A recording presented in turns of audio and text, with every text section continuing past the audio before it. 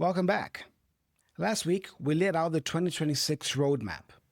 Thousands of you have started the journey, but today, we need to have a serious conversation. We need to talk about the invisible wall. If you're watching this, you probably feel like you've reached a ceiling. You understand almost everything you hear, you can handle a meeting at work, and you can travel without a translator. But you feel limited. You feel like you're using the same 500 words over and over again.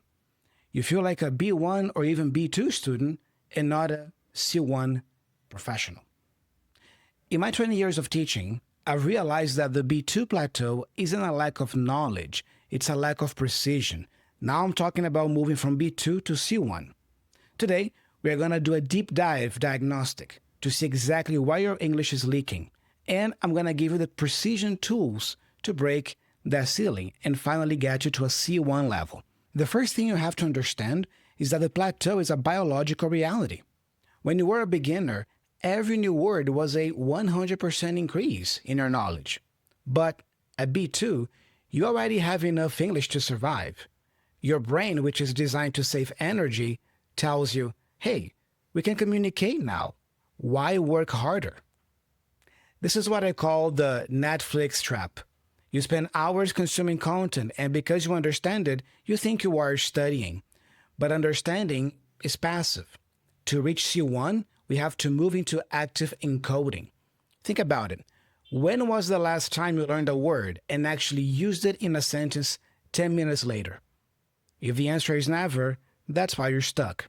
You are a consumer, but the C1 level requires you to be a producer of language. Let's do a live diagnostic right now. I'm going to give you a safe word, the kind of word a B2 student uses, and I want you to see if you can think of the precision equivalent. Safe word number 1, problem. Can you think of a more precise word for problem or a different word for problem?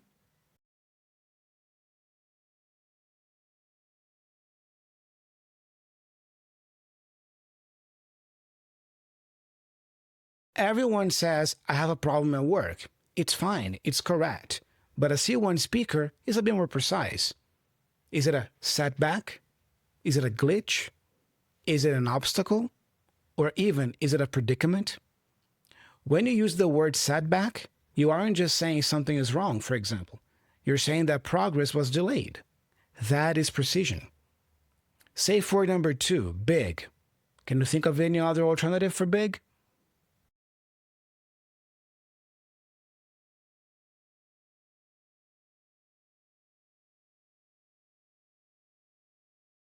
The project is big. The impact was big. But instead, you can try substantial, monumental, or far-reaching. If you say a change was far-reaching, you are describing the breadth of change, not just the size. Safe word number 3, understand.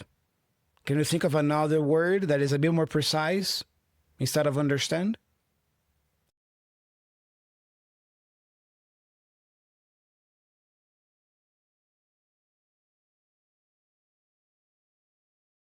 I understand the situation.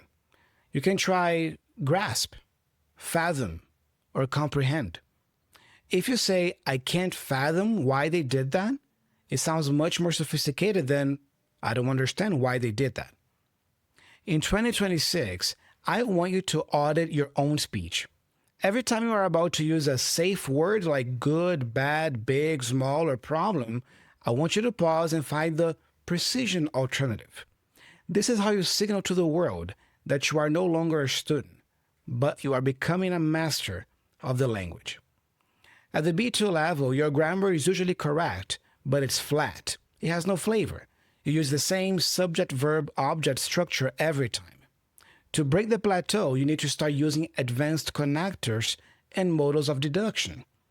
Let's look at flavor grammar in action.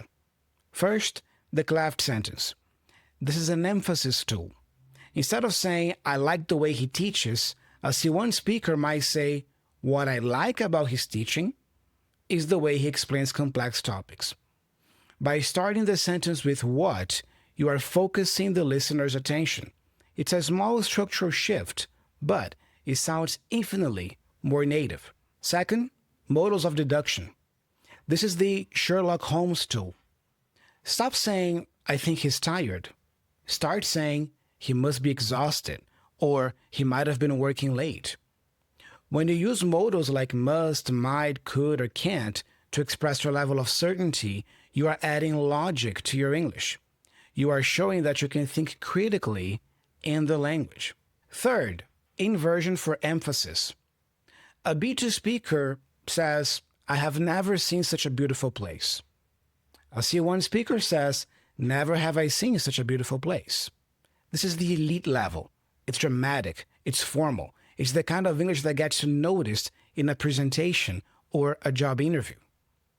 The reason most people never break the plateau is that they don't have a map for the gray zone between B2 and C1.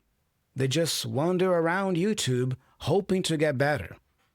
This is exactly why I built my app, the B2 Edge. I didn't build it to teach you the basics. I built it specifically for the person who is tired of being intermediate. We have a 77-lesson curriculum that is designed to force you into these precision areas we discussed today.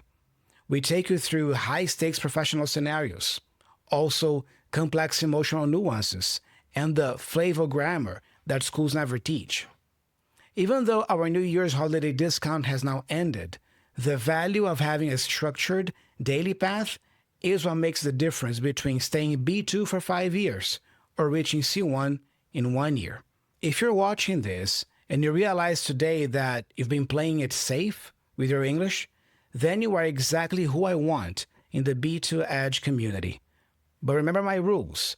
This is for you only if you are already at a B1 or B2 level student, you can commit to at least 15 minutes of daily activity, and you're ready to study actively. We don't do easy here. We do elite. I'm about to head off to the beach for a few days to recharge. But I want you to start this week with a challenge. Pick one safe word and find 3 precision alternatives for it.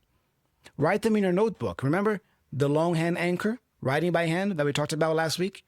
And use one of them in a voice memo tonight. Record a voice memo on your phone using that precision word.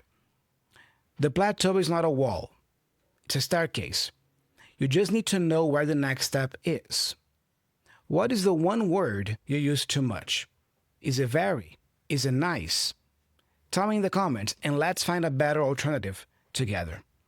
Happy New Year again. Keep practicing and I'll see you in the next video. Oh, by the way, if you want to keep learning, you might want to check out this lesson next. See you soon.